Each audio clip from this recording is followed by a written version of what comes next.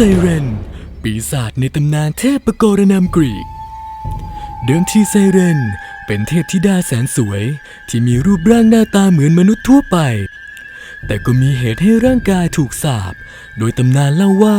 ไซเรนมีความมั่นใจในเสียงร้องของตนเองเป็นอย่างมากจึงถูกเทวีเฮรายุยงให้ไปท้าทายเหล่าเทพธิดามิว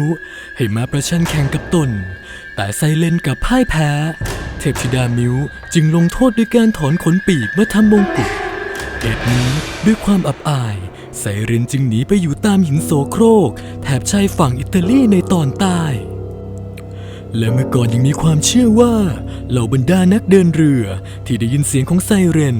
ต่างก็ตกอยู่ในภาวะไร้สติบังคับเรือไม่ได้ชนหินโสโครกจมน้ำและถูกนำไปเป็นอาหารในที่สุด